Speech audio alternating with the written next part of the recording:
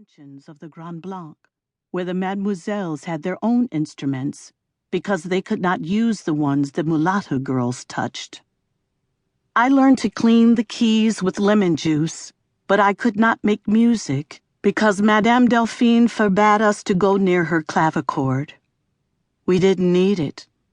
Honoré could draw music from a cook pot. Anything in his hands had beat, melody, rhythm, and voice. He carried sounds inside his body. He had brought them from Dahomey. My toy was a hollow gourd we made to rattle. Later, he taught me to caress his drums slowly. And from the beginning, when he was still carrying me around in his arms, he took me to dances and voodoo services where he marked the rhythm with his drum, the principal drum, for others to follow. This is how I remember it. Honoré seemed very old to me because his bones had frozen stiff, even though at the time he was no older than I am now. He drank tafia in order to endure the pain of moving, but more than that harsh rum, music was the best remedy. His moans turned to laughter with the sound of the drums. Honoré barely could peel sweet potatoes for the mistress's meal, his hands were so deformed. But playing the drum, he never got tired. And when it came to dancing, no one lifted his knees higher or swung his head with more force or shook his behind with more pleasure. Before I knew how to walk, he had me dance sitting down. And when I could just balance myself on two legs, he invited me to lose myself in the music the way you do in a dream. Dance, dance, Zarité. The slave who dances is free while he is dancing, he told me. I have always danced. Part 1. Saint-Domingue, 1770 to 1793. The Spanish illness.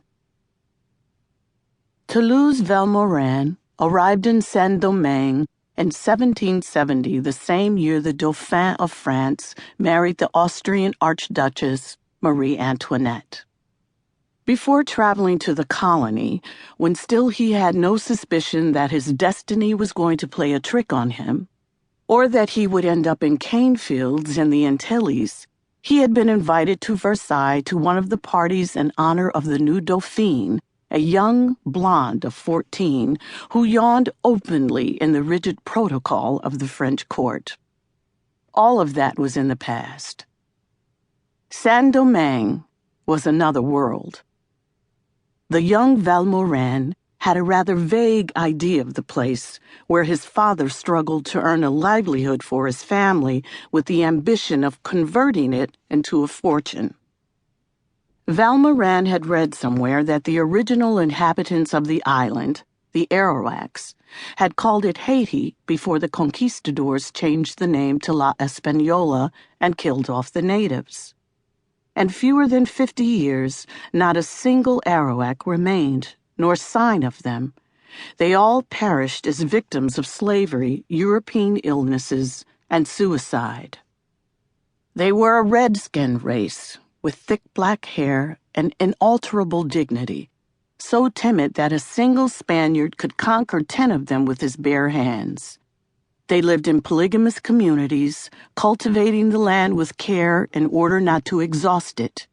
Sweet potatoes, maize, gourds, peanuts, peppers, potatoes, and cassava.